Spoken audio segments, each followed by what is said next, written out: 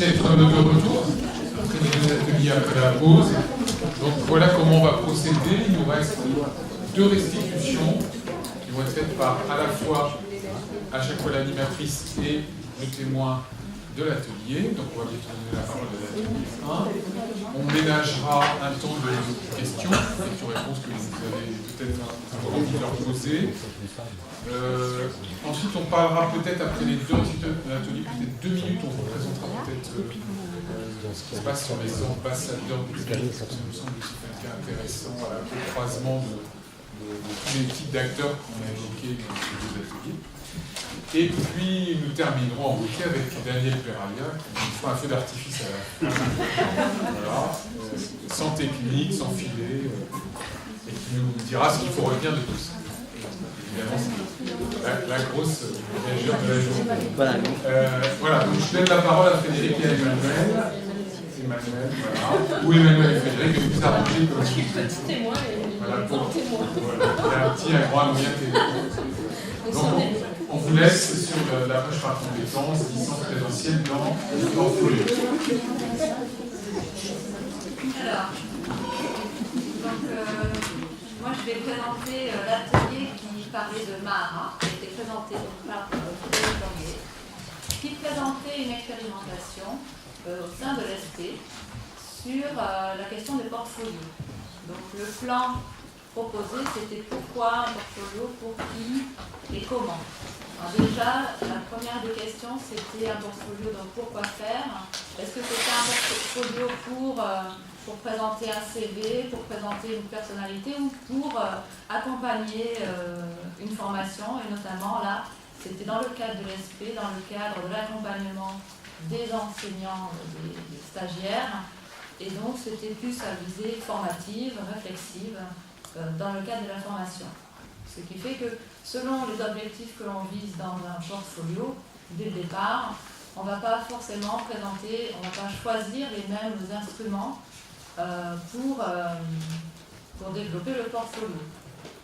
Donc, cette expérimentation, elle s'est basée sur de l'existant qui ne répondait pas à un certain nombre de problématiques.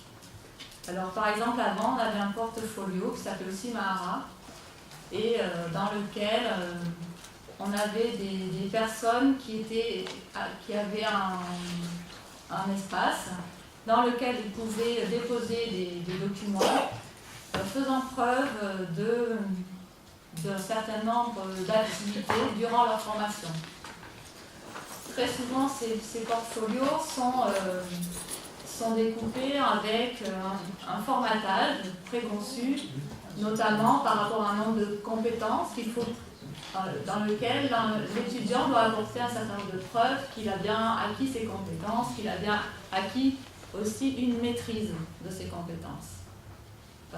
Sauf que souvent, eh bien, en fait, l'étudiant dépose des documents et puis ensuite rien ne se passe. À la fin, on voit bien qu'il a toutes les compétences, parce qu'il a donné un document dans chaque compétence. À la fin, on valide. Il sort de cette formation en disant qu'il a la maîtrise et il pense être bien formé une fois qu'il est diplômé et qu'il est sur son terrain. D'accord ? Avec encore une autre problématique, c'était que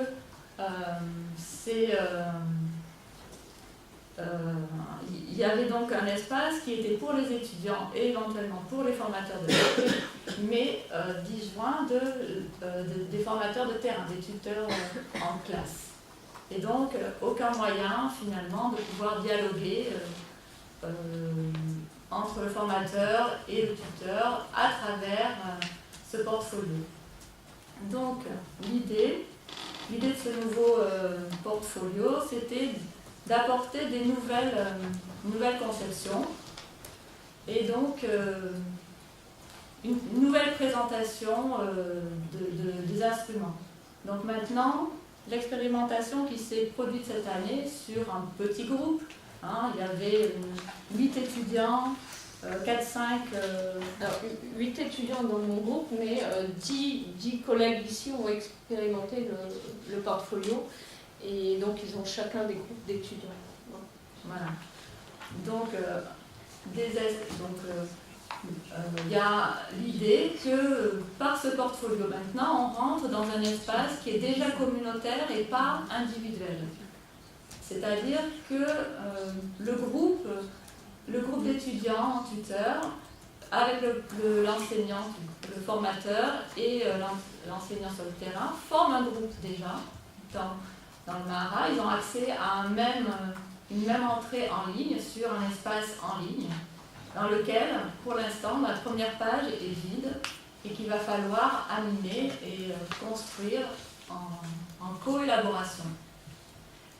Et à partir de choses qui existent sur Internet, des applications. C'est-à-dire que si on a envie de faire part de Facebook dans Mahara, en fait, on peut insérer un lien qui va permettre à l'intérieur de cet espace d'avoir une petite fenêtre pour montrer des actualités de Facebook. Si on veut, par exemple, utiliser ce qu'on appelle les Padlets, genre de tableau numérique en ligne, eh bien, on va pouvoir mettre un lien qui va permettre d'incorporer cet outil à l'intérieur de cet espace commun. À l'intérieur aussi, on peut déposer des images, on peut déposer des vidéos, on peut déposer des textes et d'autres fonctionnalités du genre de commentaires avec des annotations permettent à la communauté de commenter chaque chose qui est donnée. Donc en fait, l'espace vide de départ, petit à petit, se construit avec ce que chacun a envie de mettre. Et du coup, ça donne parfois, on va connaître un nouvel outil parce que quelqu'un d'autre l'a mis dans l'espace communautaire. Ce qui est intéressant à retenir, c'est que du coup, alors, à travers ces médias, on peut amener un certain nombre de réflexions qui sont hors cadre de formation, c'est-à-dire qu'on peut amener, si on trouve un blog qui donne une réflexion sur la lecture, sur l'écriture, eh bien on peut mettre le lien par rapport aux conseils qui sont donnés. Mais du coup, ce n'est pas forcément le formateur-tuteur qui va être au-dessus des stagiaires et qui va avoir une posture de formation. Donc là, il essaye, ce formateur, de se mettre au niveau des étudiants, de manière à ce que les problématiques à travailler à travers cet accompagnement de stage, à travers l'accompagnement du mémoire, puissent émerger des problématiques que l'étudiant vit dans son stage et dans sa formation. Les postures que peut avoir le formateur stagiaire, l'encadreur des stagiaires, j'ai un peu de mal avec c'est qu'en fait, il va leur demander éventuellement, mais qu'est-ce que tu vis au quotidien, essaye de nous expliquer qu'est-ce que tu as envie de partager. Hein. Et ensuite, par exemple, si un étudiant prend une photo d'une activité qui a été faite par les élèves en stage, il peut expliquer, il peut demander de l'aide et de l'avis des autres pour améliorer, par exemple, si on prend des écrits des élèves, comment en CE1 par exemple, parce qu'il faut toujours situer, contextualiser les exemples qui sont amenés dans cet espace de communauté, parce qu'à chaque fois, les réponses qui vont être amenées, il faut de nouveau les situer, les contextualiser et voir le lien entre le conseil et comment le stagiaire peut s'approprier le conseil en fait. Voilà. Donc, ces espaces-là, je pense que l'idée que Frédéric voulait bien soulever, c'était que à partir de ce que vivait sur le terrain le stagiaire, on pouvait apporter des réflexions de pratique, de vécu chacun, et petit à petit faire en sorte que les étudiants eux-mêmes arrivent à aller vers des choses un petit peu plus théoriques, mais sans sans dire que les réponses ne se trouvent que dans des apports théoriques. Voilà. Elle nous a montré donc plusieurs expositions de portfolio comme de cette nouvelle expérimentation, où là où ça n'a pas fonctionné, c'est lorsque le formateur, lui, se positionnait un petit peu trop en tant que formateur et alimentait trop vite l'espace commun avec eh bien, des vidéos qui sont déjà en ligne, mais de personnages, de chercheurs qui font des cours qui sont reconnus. Voilà.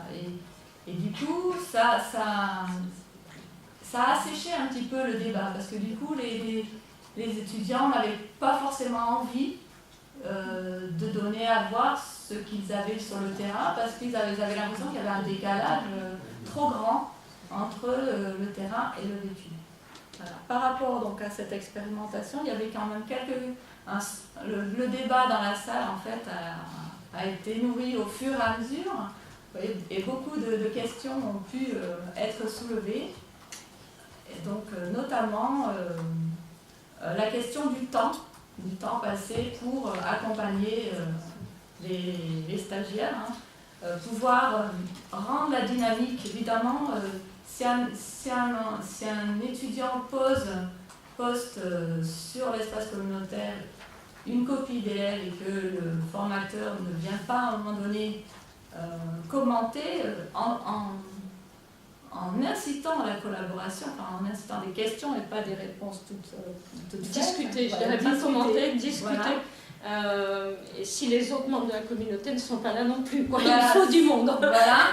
La communauté va vivre s'il y a une intentionnalité, il faut qu'elle soit là. Et donc c'est pas, encore une fois, c'est pas l'outil qui fait que ça fonctionne. Encore une fois, je crois que c'est vraiment très très important de le dire. Là, il faut des intentionnalités, il faut des objectifs. Oui. Il faut que l'enseignant qui a envie, qui a ses objectifs, se donne un certain nombre de moyens. Et là, on le voit bien, dans les échanges qui ont été tout à l'heure, c'était que oui, il y a un dynamisme qui est hors norme, je dirais. Donc, comment l'institution va reconnaître tout ce temps passé si on devait faire un passage à l'échelle. Donc, je crois que même déjà pour pouvoir présenter ce dispositif à l'ensemble des enseignants, ça devrait demander une stratégie politique au niveau de l'ESP, voire même peut-être au-delà. Mais ça veut dire dans ce cas-là un budget, et ça, du coup, on n'en a pas du tout parlé. Donc, ce sont quand même des questions qui sont importantes. Il y a d'autres questions qui ont été posées. Le regard réflexif sur l'analyse. Est-ce que quand on est comment on arrive à sortir, parce que c'est joli d'avoir un objectif d'analyse réflexive, voire même d'authenticité, parce que ça c'est quelque chose qu'on retrouve souvent dans les textes. On veut que les étudiants témoignent de leurs pratiques réelles, mais quand ils sont en difficulté, ces étudiants, comment voulez-vous, dans une approche où à la fin il y a quand même une validation, où il y a des normes à respecter pour pouvoir encadrer un groupe, ou pour pouvoir devenir enseignant, ou pour pouvoir devenir dans d'autres métiers, il y a toujours.